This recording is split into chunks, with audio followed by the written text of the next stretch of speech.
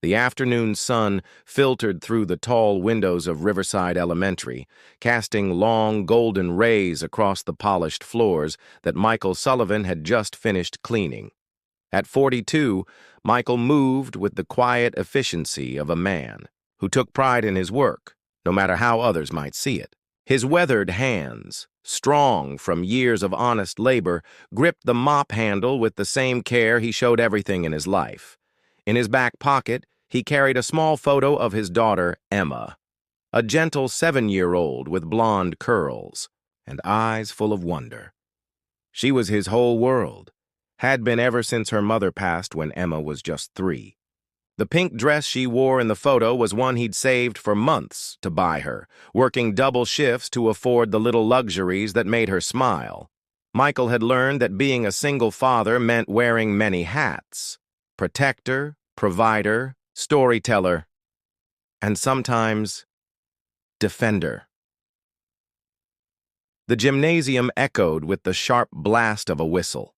Coach Harrison Bradley stood center court, his expensive suit crisp and perfectly tailored, pointing at the young players with the authority of someone accustomed to being obeyed. At 45, Harrison commanded respect through volume and intimidation, his silver hair slicked back, his presence filling the room like a storm cloud. Parents lined the bleachers for the practice session, their faces a mixture of pride and anxiety as they watched their children navigate the coach's demanding expectations. Among them sat Dr. Sarah Chin, a pediatrician whose calm demeanor and compassionate nature had earned her the trust of families throughout the community. She watched the practice with growing concern, her arms crossed as she observed the coach's increasingly harsh methods. The confrontation began, as these things often do, with something small. Emma had been invited to join the basketball team's practice session, a special opportunity for younger children to learn from the older kids. She stood at the edge of the court, clutching her worn teddy bear, watching the other children with shy fascination. "Put that toy away," Coach Bradley barked, his voice cutting through the gymnasium like a blade. "This is basketball, not daycare." Emma's lip trembled, but she didn't move. The teddy bear had been her mother's gift, the last one she'd received before the illness took her away. Michael had told Emma she could take it anywhere she felt scared or alone. "I said, put it down." The coach's voice rose higher, and several parents shifted uncomfortably in their seats. That's when Michael appeared in the doorway, having heard the commotion from the hallway where he'd been cleaning. He took in the scene. His daughter standing small and frightened, the coach looming over her, the uncomfortable silence of the watching parents. "Emma," Michael called softly, walking onto the court despite the coach's glaring disapproval. "Everything all right, sweetheart?" "Coach." Bradley turned his attention to Michael, and his expression shifted to one of disdain. "Janitor, this is a closed practice. Your daughter needs to learn discipline if she wants to play sports." Michael knelt beside Emma, his voice gentle and reassuring.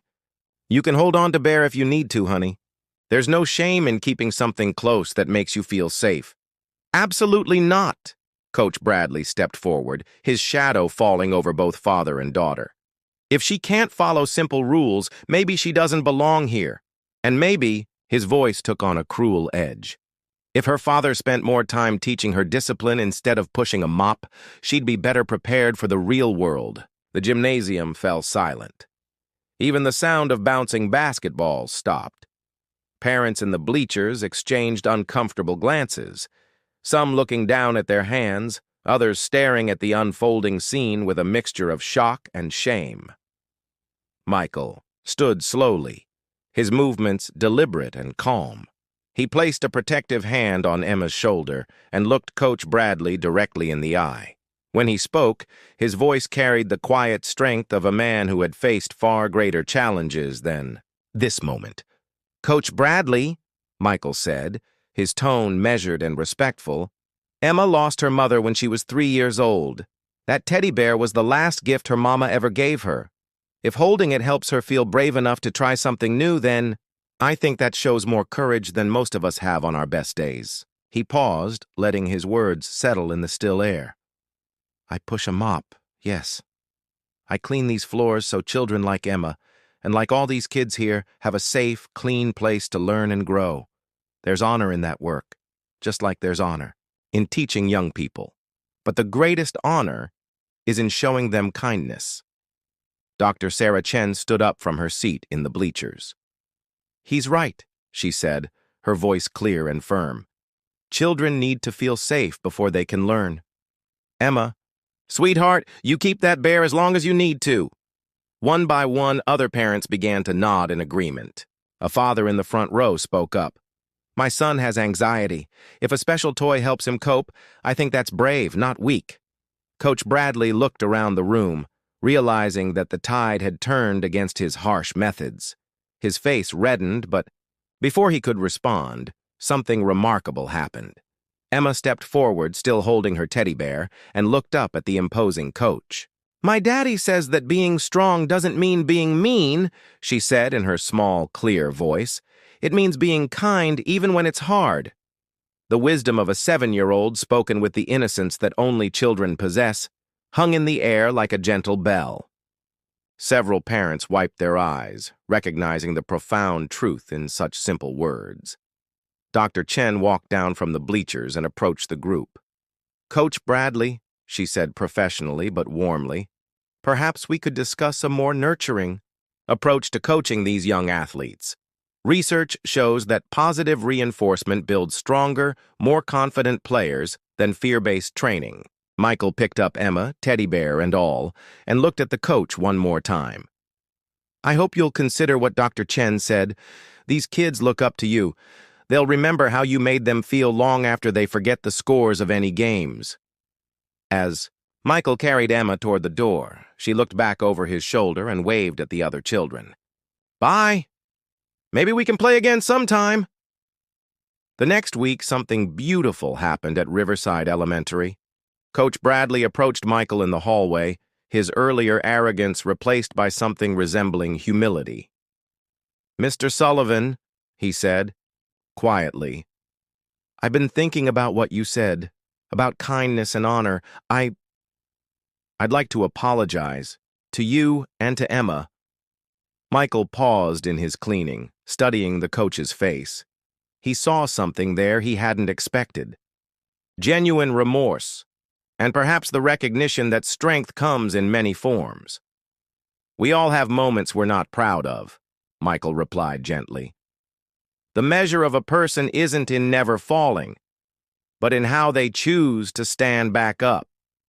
From that day forward, the gymnasium at Riverside Elementary became a different place. Coach Bradley learned to encourage rather than intimidate, to build up rather than tear down. Emma joined the team and played with her teddy bear on the bench, and surprisingly, other children began bringing their comfort items too. Dr. Chen started a program connecting the school with family counseling resources, understanding that children's emotional needs were just as important as their physical development. And Michael continued to clean those floors with the same quiet pride, knowing that he had taught his daughter, and perhaps an entire community, that true strength lies not in power over others, but in the courage to stand up for what's right with kindness in your heart. Years later, when Emma was grown and successful, she would still remember that day in the gymnasium. Not for the conflict, but for the lesson her father taught her. That dignity comes not from what work you do, but from how you do it. And that sometimes the most powerful thing you can do is simply choose to be kind. The golden afternoon light still streams through those same windows at Riverside Elementary, illuminating floors that Michael Sullivan polished with pride, and touching the hearts of all who learned that day that greatness comes in many forms, and that the quiet strength of a good parent is perhaps the greatest of all.